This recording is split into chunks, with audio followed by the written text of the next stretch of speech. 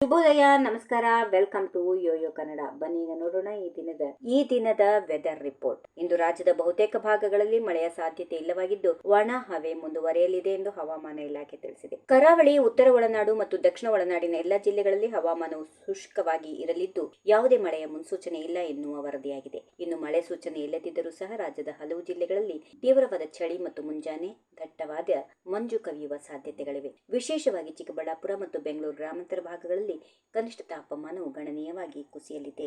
ಉತ್ತರ ಕರ್ನಾಟಕದ ಬೆಳಗಾವಿ, ಬೀದರ್ ಮತ್ತು ವಿಜಯಪುರದಂತಹ ಜಿಲ್ಲೆಗಳಲ್ಲಿ ಒಣ ಹವೆಯ ಜೊತೆಗೆ ಭೀಕರ ಚಳಿ ಇರಲಿದೆ.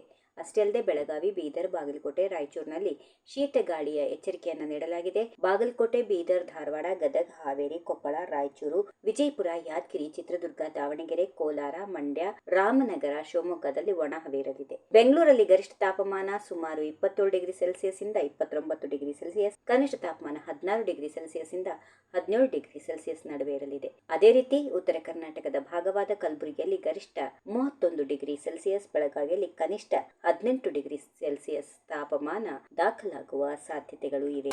ಈ ವಿಡಿಯೋ ನಿಮಗೆ ಇಷ್ಟವಾದಲ್ಲಿ ಲೈಕ್ ಮಾಡಿ, ಶೇರ್ ಮಾಡಿ, ಸಬ್ಸ್ಕ್ರೈಬ್ ಮಾಡಿ.